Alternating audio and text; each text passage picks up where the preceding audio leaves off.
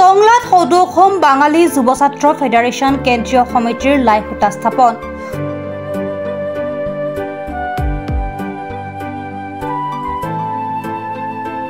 সত্তৰতম দ্বিবাৰ্ষিক অধিৱেশনৰ লাই খুঁটা স্থাপন।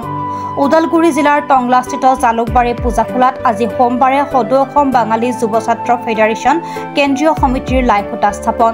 চলিত মাহৰ শুকুৰবাৰৰ পৰা আৰম্ভ হ'বলগীয়া দুদিনীয়া বৰ্ণাঢ্য কাৰ্যসূচীৰে ৭তম দ্বিবাৰ্ষিক অধিৱেশনৰ পূৰ্ণ প্ৰস্তুতি তৎপৰ হৈ পৰিছে উদযাপন সমিতি।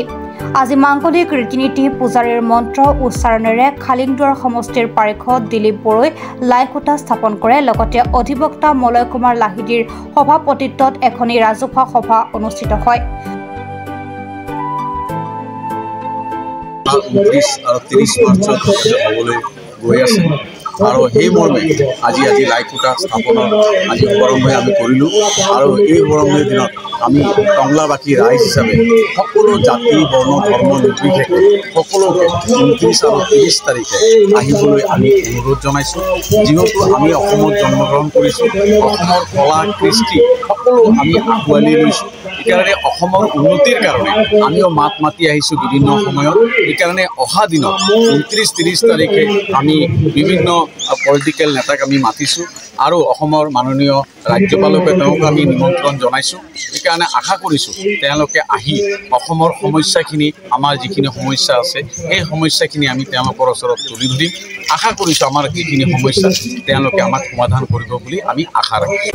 সভাত সদৌ বাঙালী যুৱ ছাত্ৰ ফেডাৰেশ্যন কেন্দ্ৰীয় সমিতিৰ প্ৰাক্তন সভাপতি কমল চৌধুৰী, সঞ্জয় সেনক, সুজিত চৰকাৰ, গোবিন্দ দেৱনাথ, ৰাজীৱ সাহা, নিশা দেৱনাথ, সজল দাস, বাপী চৰকাৰৰ লগতে বহু সংখ্যক লোক উপস্থিত থাকে।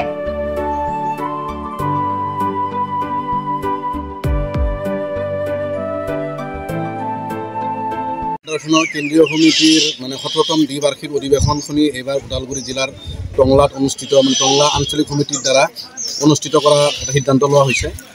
এটা আমাৰ ঐতিহাসিক দিন, যিহেতু সংগঠন সদৌ অসম বাঙালী যুৱ ছাত্ৰ ফেডাৰেশ্যন এই ওদালগুৰি জিলাতে জন্ম হৈছিল 1990 চনত। আজি আমি একচুৱেলি গৰ্বৰে আজি 34টা বছৰ অতিক্ৰম কৰিবলৈ উপক্ৰম হৈছোঁ। এইবেলি আমাৰ 29-30 দুদিনীয়া কাৰ্যসূচীৰে আমি সদৌ অসম বাঙালী যুৱ ছাত্ৰ ফেডাৰেশ্যনৰ কেন্দ্ৰীয় অধিৱেশনখনি টংলাৰ পূজাখোলাত অনুষ্ঠিত কৰিম। তাতে আমি দুদিনীয়া কাৰ্যসূচীত 29 তাৰিখে আমাৰ সাংগঠনিক কাম কাজখিনি থাকিব। বিভিন্ন জাতীয় সংগঠনৰ সভাপতি সম্পাদকসকলক মাতিছোঁ, তেওঁলোকে আহিব, তেওঁলোকৰ লগত মত বিনিময় কৰা হ'ব।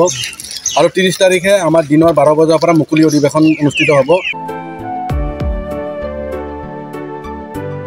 ওদালগুৰিৰ পৰা চিন্ময় ডেকাৰ ৰিপৰ্ট, প্ৰাত টাইম ডিজিটেল।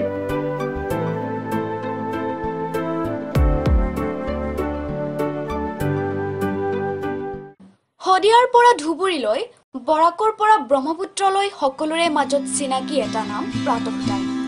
থলুৱা ভাষা, কৃষ্টি আৰু সত্য বাতৰিৰ আধাৰত প্ৰতিষ্ঠিত খবৰ প্ৰাতঃ টাইমৰ প্ৰতিটো বা বাতৰি পুংখানুপুংখভাৱে চাবলৈ Facebook, YouTube, website, Twitter, Instagram আৰু ব্লগাৰ পেজত লাইক আৰু ফ'ল' কৰক।